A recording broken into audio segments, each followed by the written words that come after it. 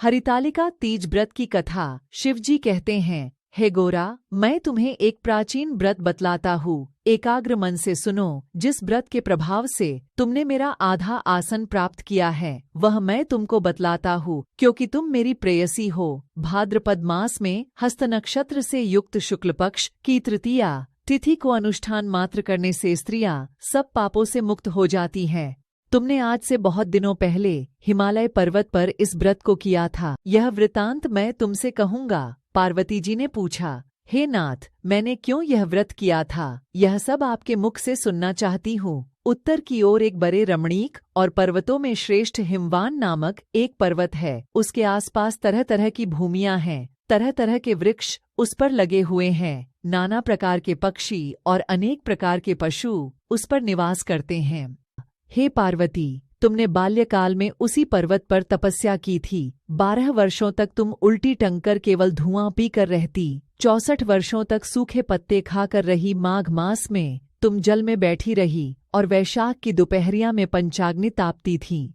सावन महीने में जल बरसता तो तुम भूखी प्यासी रहकर मैदान में बैठी रहती थी। तुम्हारे पिता इस तरह के कष्ट सहन को देखकर बड़े दुखी हुए। वे चिंता में पड़ गए कि मैं अपनी कन्या किसको दूं। उसी समय नारद जी वहां आ पहुंचे। मुनि श्रेष्ठ नारद जी उस समय तुम्हें देखने गए थे। नारद जी को देखकर गिरि ने पाग आसन आदि देकर उनकी पूजा की और कहा, हे स्वामीनाथ, किस लिए आए हैं? मेरा अहोभाग्य है, आपका आगमन मेरे लिए अच्छा है। नारद जी ने कहा, हे पर्वतराज, सुनो, मैं भगवान विष्णु का भेजा आपके पास आया हूँ। आपको चाहिए कि यह योग्य कन्या रत्न किसी योग्य वर को दे। भगवान विष्णु के समान वर ब्रह्मा, इंद्र और शिव इनमें से कोई नहीं है। इसलिए मैं यही कहूँगा कि आप अपनी कन्या भगवान विष्णु को ही देवै। हिमवाण ने कहा, भगवान विष्णु स्वयं मेरी कन्या ले रहे हैं और आप ये संदेश लेकर आए हैं तो मैं उन्हें अपनी कन्या दूंगा। हिमवाण की इतनी बात सुनकर मुनिराज नारद आकाश में विलीन हो गए। वे पीताम्बर, शंख चक्र और गदाधारी भगवान विष्णु के पास पहुँचे। वहां हाथ जोड़कर नारद जी ने भगवान विष्णु से कहा, हे देव, सुनिए, मैंने आपका विवाह पक्का करा दिया। उधर हिमवाण ने पार्वती के पास जाकर कहा कि हे पुत्री, मैंने तुम्हें भगवान विष्णु को दे डाली। तब पिता की बात सुनकर तुम बिना उत्तर दिए ही अपनी सखी के घर चली गई। वहीं जमीन पर पड़कर तुम बड़ी दुखी होती हुई विलाप करने लगी। तुमको इस प्रकार विलाप करती हुई देखकर सखी बोली, तुम क्यों इतनी दुखी हो? इसका कारण बताओ। तुम्हारी जो कुछ इच्छा होगी मैं यथाशक्ति उसको पूरा करने की चेष्टा करूंगी, इसमें कोई संशय नहीं है। पार्वती बोली, मेरी जो कुछ अभिलाषा है उसे तुम प्रेम पूर्वक सुनो। मैं एकमात्र शिवजी को अपना पति बनाना चाहती हूँ। मेरे इस विचार को पिताजी ने ठुकरा दिया है। इससे मैं अपने शरीर को त्याग दूंगी।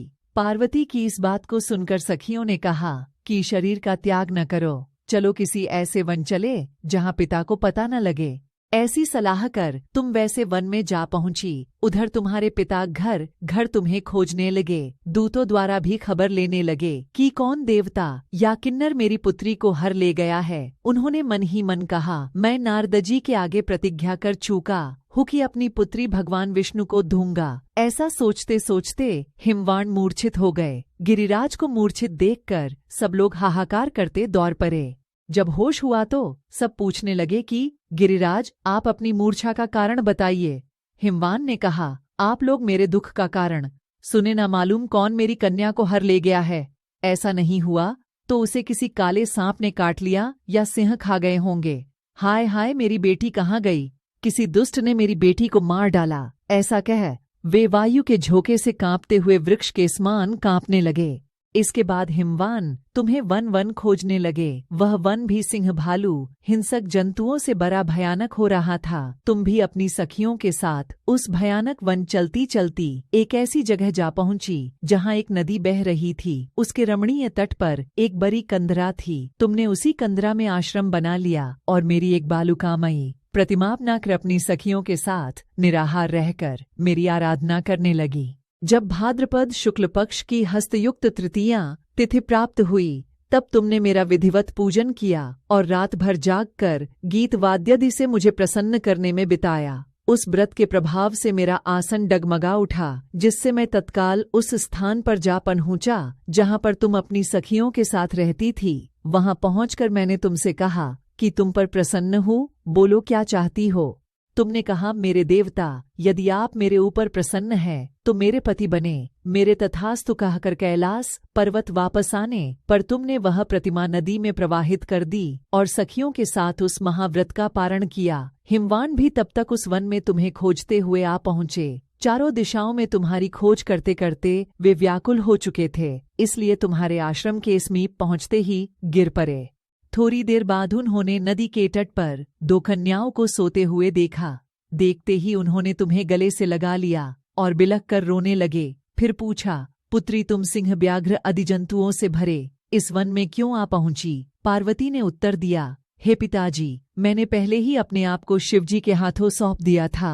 आपको मेरी बात टाल दी, इससे मैं यहाँ चली आई। हिमवान ने सांत्वना दी कि हे पुत्री, मैं तुम्हारी इच्छा के विरुद्ध कुछ न करूंगा। वे तुम्हें अपने साथ घर ले आए और मेरे साथ तुम्हारा विवाह कर दिए। इसी से तुमने मेरा अर्धासन पाया। तब से आज तक किसी के सामने मुझे यह व्रत प्रकट करने का अवसर नहीं प्राप्त हुआ। हे देवी, मैं यह बताता हूँ कि इस व्रत का हरितालिका नाम क्यों पड़ा। तुमको सखिया हर ले गई थी, इसी से हरितालिका नाम पड़ा। पार्वती जी ने कहा, हे प्रभु, आपने नाम तो बताया, अब इसकी विधि भी बताए। इसका क्या पुण्य है, क्या फल है, यह व्रत कौन करे? शिवजी पार्वती जी से कहते हैं, हे देवी, मैंने समस्त स्त्री जाति की भलाई के लिए यह उत्तम व्रत बतलाया है। जो स्त्री अपने सौभाग्य की रक्षा करना चाहती हो, वह यत्न पूर्वक इस व्रत को करे। केले के खंभे आदि से सुशोभित एक सुंदर मंडप बनावे, उसमें रंग बिरंग के रेशमी कपड़ों से चंदोवा लगाकर चंदन आदि सुगंधित द्रव्यों से वह मंडप लिपवावे। फिर शंख, भेरी, मृदंग आदि बाजे बजाते हुए बहुत से लोग एकत्रित होकर तरह तरह के मंगलचार करते हुए उस मंडप में पार्वती तथा शिव की प्रतिमा स्थापित करे। उस रोज दिन भर उपवास कर बहुत से सुगंधित फूल, सुगंध और मनोहर धूप,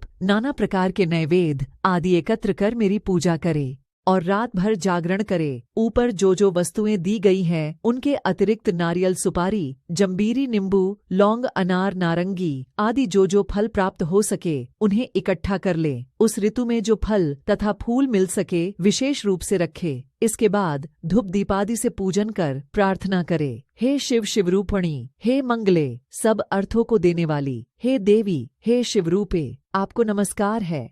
हे शिवरूपे, आपको सदा के लिए नमस्कार है। हे ब्रह्मारूपिणी, आपको नमस्कार है। हे सिंहवाहिनी, संसार के भय से भयभीत मुझ दिन की रक्षा करे। इस कामना की पूर्ति के लिए मैंने आपकी पूजा की है। हे पार्वती, मुझे राज्य और सौभाग्य दे, मुझ पर प्रसन्न होवे। इन्हीं मंत्रों से पार्वती तथा शिवजी की पूजा करे। तदंतर विधिपूर्वक कथा सुने और ब्राह्मण को वस्त्र, सुवर्ण आदि देवे।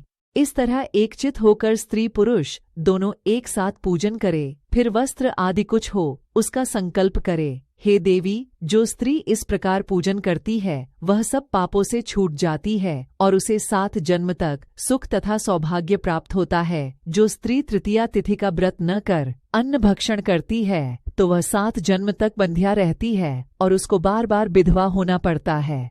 वह सदा दरिद्र पुत्र, शोक से शोकाकुल स्वभाव की लड़ाकी, सदा दुख भोगने वाली होती है और उपवास न करने वाली स्त्री अंत में घोर नरक में जाती है। मांसाहार करने से बाघिन, दही खाने से बिल्ली, मिठाई खाने से चींटी और कुछ खाने से मक्खी होती है। तीज को अन्न खाने से, सुकरी फल खाने से, बंदरिया पानी पीने से, जोंक दूध पीने से, सापिन उस रोज सोने से अजगरी और पति को धोखा देने से मुर्गी होती है। इसलिए सभी स्त्रियां व्रत अवश्य करे। दूसरे दिन सुवर्ण, चांदी, तांबा अथवा बांस के पात्र में अन्न भरकर ब्राह्मण को दान दे और पारण करे। जो स्त्री इस प्रकार व्रत करती है वह मेरे समान पति पाती है और जब मरने लगती है तो तुम्हारे समान उसका रूप हो जाता है। उसे सब प्रकार के सांसारिक भोग, सायुज्य मुक्ति मिल जाती है।